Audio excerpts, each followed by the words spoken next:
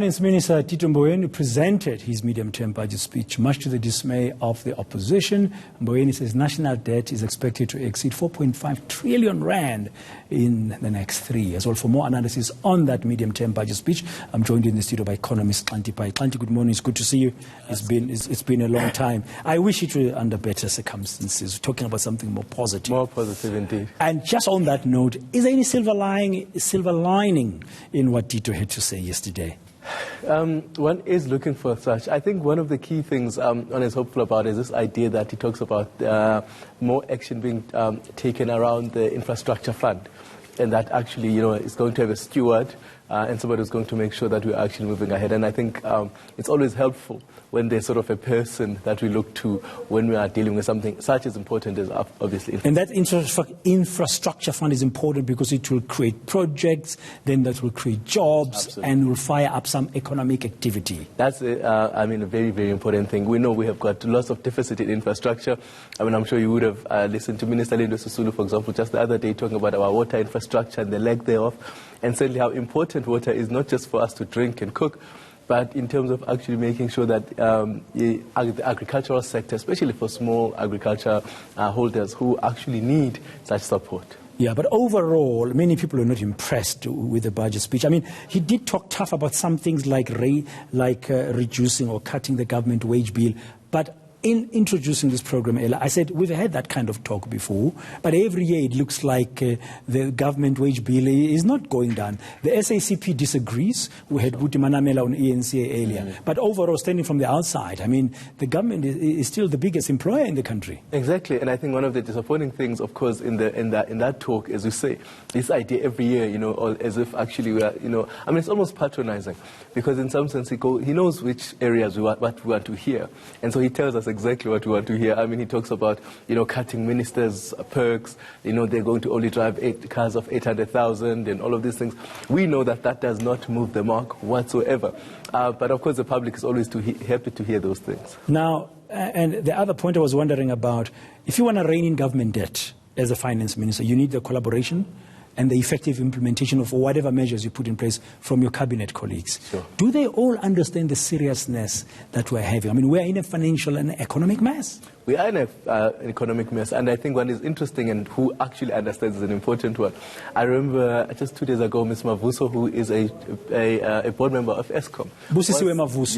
Yes, was saying how they actually have been dealing with a shareholder that doesn't understand how tough they have to play in terms of actually restructuring ESCOM. He talks about the fact that they are barred, for example, from restructuring the 13,000 extra workers that are at ESCOM, that, they cannot retrench those people. He says sometimes they are forced to actually pay extra for coal because we have to keep the lights on politically.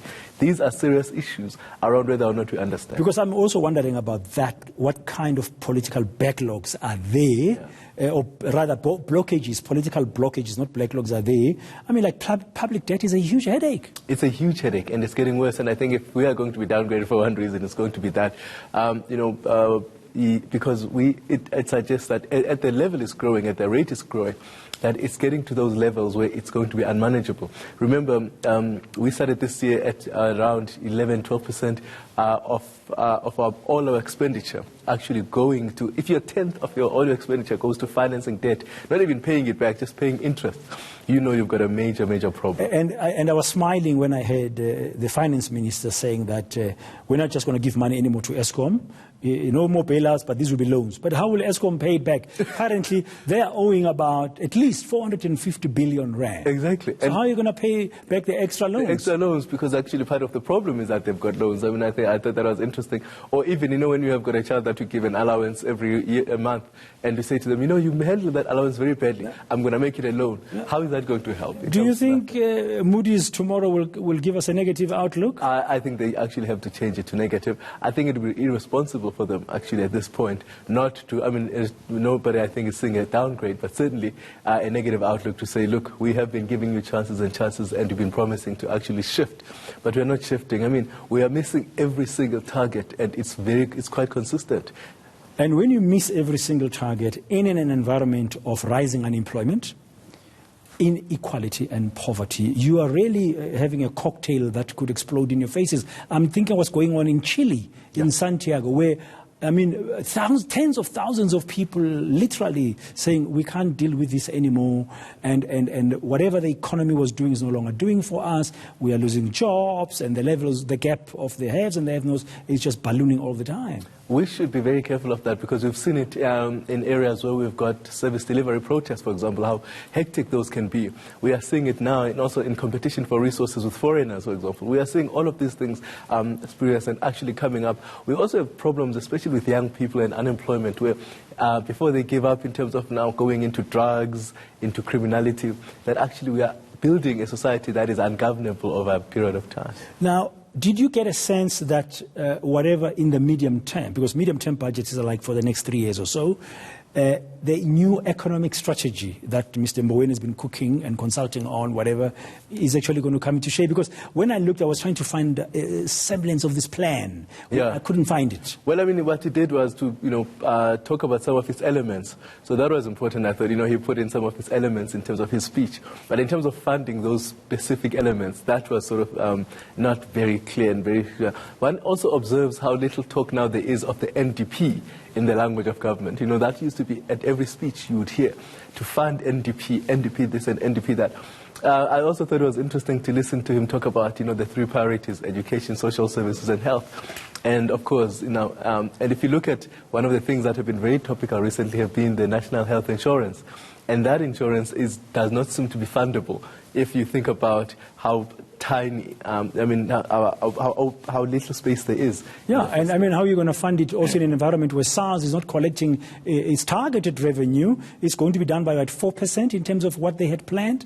Yep, and he actually says, for every percentage growth, we actually add 1% to revenue.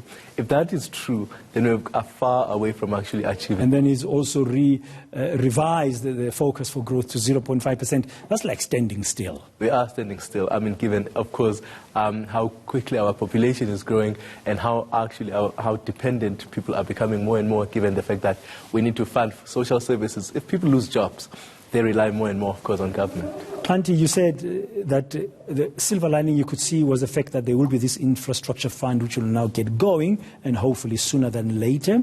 And when you look at the projected growth of 0.5%, 29% unemployment rate, half of whom are young people, you're thinking, do we really know what we want to sow? What should we be focusing on? If you were advising government or, the finance ministers and say, guys, let's roll up our sleeves now, what would be these levers that they would have to shift to try and really move the needle upwards? I've always thought that, when we talk about infrastructure, even when we talk about, for example, telecommunications infrastructure, broadband, it's one thing to make internet available to young people, but young people have the tools to use such. Because our phones are not, we've heard from the president saying, the fourth industrial revolution is on our iPads.